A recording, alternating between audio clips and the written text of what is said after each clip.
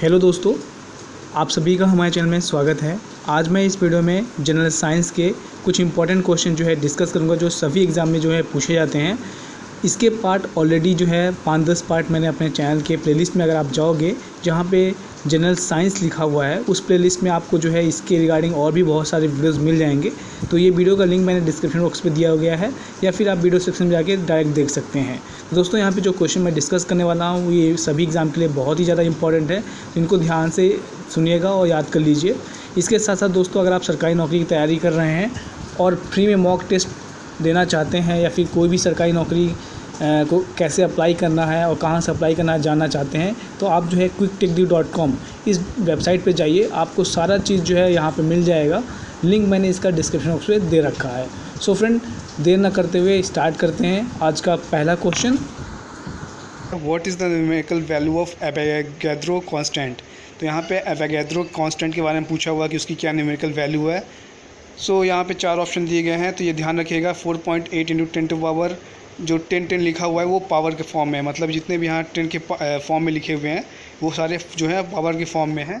सो इसका Avogadro number का या फिर एवोगैड्रो कांस्टेंट की जो वैल्यू होती है वो 6.023 × 10⁻23, यानी कि ऑप्शन डी जो है इसका राइट आंसर है। नेक्स्ट क्वेश्चन जो पूछा हुआ है, who is known as father of periodic table. तो फादर ऑफ पीरियोडिक टेबल यहाँ पे पूछा हुआ है, तो यहाँ पे ऑप्शन में जो है आपका देख रहे हैं ऑप्शन ए इसका राइट आंसर हो जाएगा, जो यानी कि मेंडलीफ जो है इसका राइट आंसर है। दिमित्री मेंडलीफ जो है फादर ऑफ पीरियोडिक टेबल कहा जाता है। और पीरियोडिक टेबल जो है वो जो अरेंज किया गया है, जिसमें जो एलिमेंट को अरेंज किया गया है उसमें बढ़ते हुए एटॉमिक मासेस के अकॉर्डिंग पीरियोडिक टेबल बनाया गया है। तो ध्यान रखिएगा, इसके फादर जो है मेंडलीफ को कहा जाता है। और हेनरी मॉजले ने ये जो मैंने आपको बताया जो एलिमेंट है वो एक increasing order of atomic masses पे अरेंज है, वो मॉजले ने बताया था। सो यहाँ पे जो इसका पीरियोडिक टेबल का है आंसर हो जाएगा A, Mendeleev is the known as father of periodic table. Then next question पूछा हुआ है कि on which principle does hydraulic lift work. तो हाइड्रोलिक लिफ्ट जो है किस प्रिंसिपल पे वर्क करता है, तो यहाँ पे जो राइट आंसर हो जाएगा पास्कल लॉ के बेसिस पे या पास्कल लॉ के प्रिंसिपल पे जो है हाइड्रोलिक लिफ्ट जो है वर्क करता है। और यहाँ पे 4 ऑप्शन है, उन ऑप्शन को भी हम डिस्कस कर लेते हैं। देखिए यहाँ पे जैसे पहला ऑप्शन है न्यूटन्स लॉ। तो न्यूटन्स लॉ यहाँ पे ये नहीं डिराइव किया गया है कौन सा न्यूटन्स लॉ, क्योंकि न्यूटन्स लॉ भी थर्मोडायनामिक में भी होता है, आपका न्यूटन्स लॉ ऑफ मोशन भी होता है, काफ़ी सारे न्यूटन्स लॉ होते हैं। तो न्यूटन लॉ पे हाइड्रोलिक लिफ्ट नहीं वर्क करता। यहाँ पे जो राइट आंसर होगा पास्कल्स लॉ होगा। आर्किमिड लॉ के बारे में बात कर लें तो आर्किमिड लॉ कहता है, बायोंसी के बारे में करता है कि when a body is fully और partially submerged in liquid it will provide upward force which is equal to the water displaced by the object. ये है आर्किमिड लॉ का। जूल्स लॉ की बात किया जाए तो बेसिकली ये एनर्जी को डिफाइन करता है, energy neither be created not be destroyed. So ये जूल्स लॉ हो जाएगा। तो यहाँ पे हाइड्रोलिक लिफ्ट की बात की गई है, इसका जो राइट आंसर होगा वो पास्कल्स लॉ हो जाएगा। ये ध्यान रखिएगा, काफ़ी इंपॉर्टेंट क्वेश्चन। नेक्स्ट क्वेश्चन जो है पूछा हुआ है, who is known as father of email. यहाँ पे फादर ऑफ ईमेल के बारे में पूछा गया है, तो हम थोड़ा सा फादर ऑफ ईमेल के बारे में जान लेते हैं। तो यहाँ पे फादर ऑफ ईमेल का जो है वो राइट आंसर हो जाएगा आपका ऑप्शन सी, यानी कि रेमंड टेमिल्सन जो है फादर ऑफ ईमेल कहा जाता है। बाकी ऑप्शन को हम डिस्कस करते हैं, जैसे लैरी पेज। तो जो लैरी पेज है ये फाउंडर है किसके, गूगल के, ठीक है। तो ये ध्यान रखिएगा, लैरी पेज जो है फाउंडर है वो गूगल के हैं। इसी तरह का व्हाट्सएप का पूछा जाए कि कौन फाउंडर है, तो व्हाट्सएप का जो फाउंडर है उनका नाम है जैन होम, जो है फाउंडर है ऑफ व्हाट्सएप। अगर एलन मस्क की बात किया जाए तो एलन मस्क का जो फाउंडर है वो मतलब एलन मस्क जो है फाउंडर वो किसके हैं, स्पेस एक्स आजकल काफ़ी चर्चित चल रहा है, जो रॉकेट्स वगैरह यूज़ करती है, या टेस्ला जो अभी हाइपर लूप वगैरह यूज़ कर रहे हैं वो जो है स्पेस एक्स का एक प्रोडक्ट है, और इसके जो फाउंडर है वो एलन मस्क है। तो यहाँ पे email of father of email पूछा गया है। सो इसका जो राइट आंसर हो जाएगा वो आपको मैंने पहले ही बता दिया, option C, Raymond Tomlinson. Next question जो है फुल फॉर्म पूछा हुआ है थार्ड का, THAAD। ये जो है करंट अफेयर से क्वेश्चन लिया गया है। तो यहाँ पे आंसर जो है पहले आपको दिख रहा है बी, यानी कि terminal high altitude area defence जो है थार्ड का फुल फॉर्म है। तो ये क्वेश्चन जो है करंट अफेयर से मैंने लिया है, जो आने वाले एग्जाम के लिए काफ़ी इंपॉर्टेंट होगा। नेक्स्ट क्वेश्चन जो है पूछा हुआ है कि what is the common name of calcium oxychloride. Calcium oxychloride के बारे में पूछा हुआ है, क्या कॉमन नेम है, किसका कॉमन नेम है। तो ये जो कॉमन नेम है कैल्शियम ऑक्सीक्लोराइड, ये जो है ब्लीचिंग पाउडर का फॉर्मूला है। सो इसका जो राइट आंसर हो जाएगा आपका ऑप्शन सी हो जाएगा। बाकी हम ऑप्शन भी डिस्कस कर लेते हैं। तो जैसे अगर पूछता है बेकिंग पाउडर का क्या फॉर्मूला या फिर क्या कहते हैं, तो उसको सोडियम बाइकार्बोनेट कहते हैं बेकिंग पाउडर को। ब्लीचिंग पाउडर को मैंने बता ही दिया। अब बेकिंग सोडा की बात किया जाए तो बेकिंग सोडा का क्या है, सोडियम कार्बोनेट। नेक्स्ट क्वेश्चन जो है पूछा हुआ है कि जो बायोस होता है कंप्यूटर्स में या रोम में, उसमें बी फॉर क्या स्टैंड करता है। तो यहाँ पे जैसे राइट आंसर जो हो जाएगा आपका बेसिक हो जाएगा, यानी कि ऑप्शन ए। बायोस का जो पूरा फुल फॉर्म है वो उसे कहते हैं बेसिक इनपुट आउटपुट सोर्स या सिस्टम, ठीक है। नेक्स्ट क्वेश्चन जो है पूछा हुआ है, by which method glucose is converted into alcohol. Glucose जो है अल्कोहल में किस मेथड से कन्वर्ट होता है।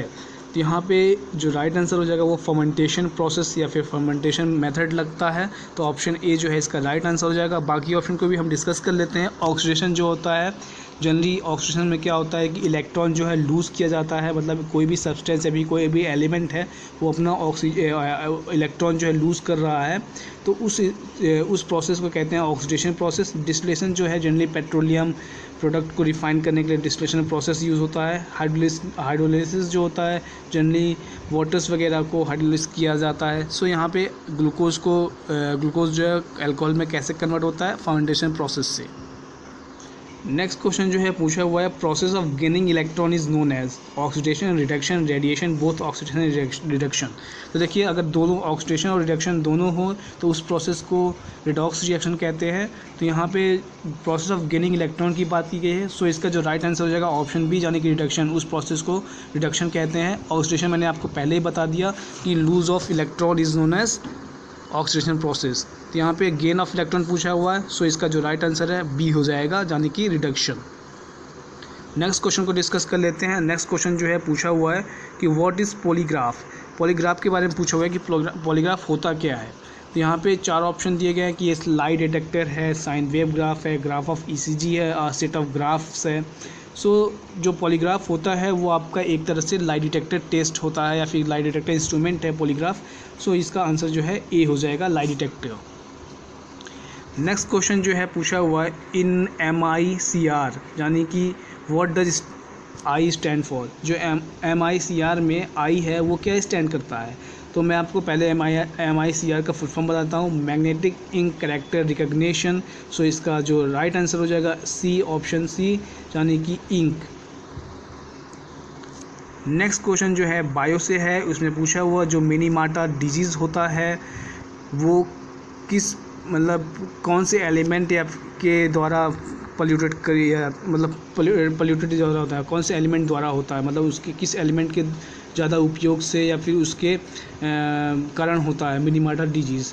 तो देखिए मिनीमाटा डिजीज़ जो है एक नर्वस डिसऑर्डर डिजीज़ है जो जनरली समुद्र में पाया गया था, और जो फिर ये होता किसकी वजह से, तो ये जो है मरकरी के वजह से होता है। सो इसका राइट आंसर जो है ऑप्शन बी हो जाएगा कि ये जो पोल्यूशन है मिनीमाटा डिजीज़ है वो मरकरी की वजह से फैलता है। और ये क्या हुआ था, मरकरी का ज़्यादा यूज़ करने से जो समुद्र या फिर नदियों में क्या है कि मरकरी का प्रेजेंस या फिर ज़्यादा हो गया था, जिसकी वजह से जो वहाँ पे सी एनिमल्स थे वो उनको ईटिंग कर गए और उनमें जो है डिजीज़ फैलने लगा मिनीमाटा। और वो जब हम फिश वगैरह को खाने लगे तो ये डिजीज़ जो है ह्यूमंस में फैलने लगा।